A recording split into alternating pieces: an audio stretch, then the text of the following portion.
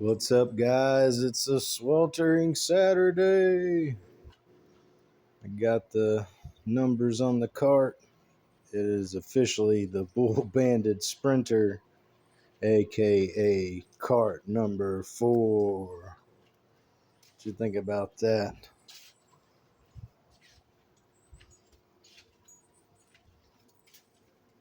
I did the red 0 because this being the Bull Banded Sprinter, you got to have a bullseye in there somewhere.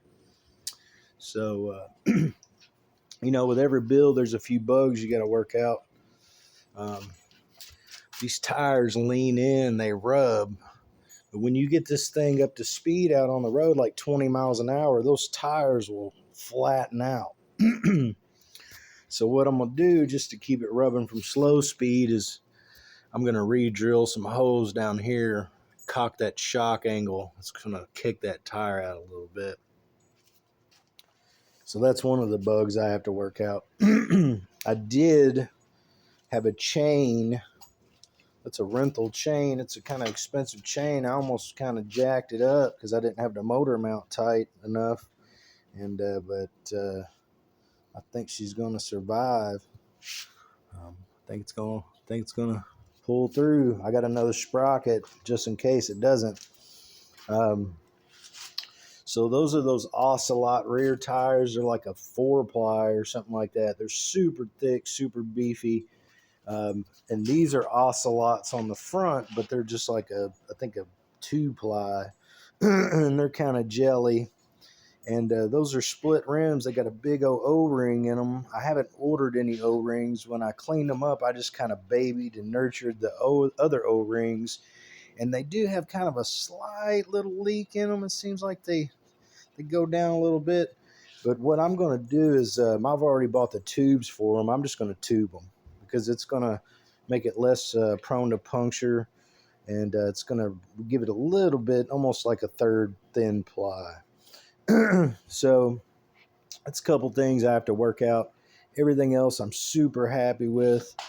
Out of the box, that Mikuni, maybe runs a little rich, but once it gets up to idle speed, it seems like it kind of fixes itself. Out of the box, I really didn't have to do anything. I had to adjust the idle screw just a tiny hair. So this was a old mower. That was the bad temper mower, one of my original first builds. I've kind of abandoned it. I'm gonna pretty much part it out, use it for parts. And what I've done is I've salvaged its wiring harness. So I've sat here and kind of taken everything apart. Got the little clips and the conduit there, and my first deal is I'm going to get the electric start hooked up. As far as I know, I can just run ground from the battery to the motor, and then run the hot to the solenoid, and then to the battery. So I haven't figured out what I'm going to do with the charging coil. I think it eventually, because I got a little trickle charger here and I don't mind pulling it in and throwing one of the batteries on. I think what I'm going to end up doing is I was going to run 2 batteries, one for the tack, one for the lights, and the electric start, which I don't mind the pull start, but because it's a good backup to have. And really you don't get a lot of cranking amps cranking these little motors up on those batteries. But I think what I'm going to do is a dual battery setup. And I think because this doesn't have a reverse, I have a little bit of room on the axle over here. And I'm thinking about maybe doing a electric bike motor reverse. Something I can maybe kind of do like almost like a PTO pulley maybe, or worse comes to worse, and I'd hate to use it. I always have that Coleman starter over there. If I could somehow rig that, because it's got that free spinning bearing.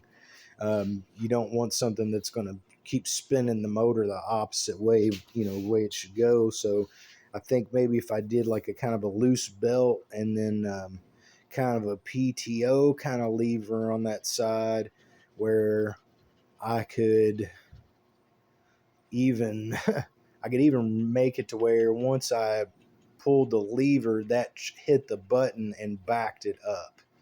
The only thing is, I'm gonna have to figure out what the gear ratio, and I'm gonna have to use pulleys and a belt. But that's just kind of an idea. Something maybe in the future that would be an electric reverse. Um, so definitely moving the shocks out, or moving the top parts in is on the to-do. It's not keeping it from driving. Like I said, once it gets out on the road, it flattens itself out. I definitely want to tube these tires. Um, Everything else I'm super happy with. Kill switch, it shuts it off. It works. Suspension's really nice. I'm getting a little, I'm getting that go-kart kind of squeak and something going down the road. Um, when I let off of it, even though I don't have no chain tension, there's no really weird place for the chain to slap. I'm getting this kind of, I don't know, it's kind of a noise. It sounds like the badger under the sink kind of thing. And I think it might be actually that clutch that's making that noise. So may need to take it apart and, put some graphite on it or something. But yeah, there's cart 4.